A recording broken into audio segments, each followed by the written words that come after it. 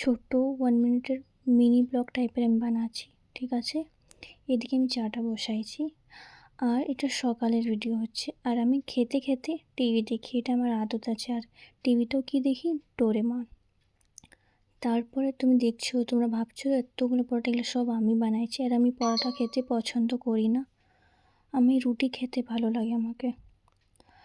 আর যে তরকারি হয়েছে আলু ভাজা আর পটল ভাজা হয়েছে। আর যেটা একটু চলে গেছে এটা আমার দিদিভাই বানিয়েছে। আমি রুটি বানাই, এটাই আমার ডিউটি।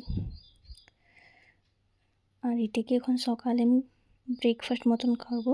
আর লাল চা, হ্যাঁ আমাকে এই লাল চাটা অনেক ভালো লাগে। সকালে দুধ চাও খেয়ে কিন্তু লাল চাটা বেশি ভালো লাগে আমাকে।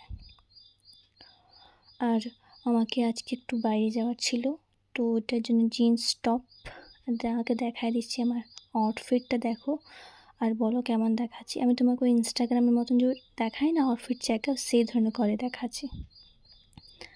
ভালো দেখাচ্ছি?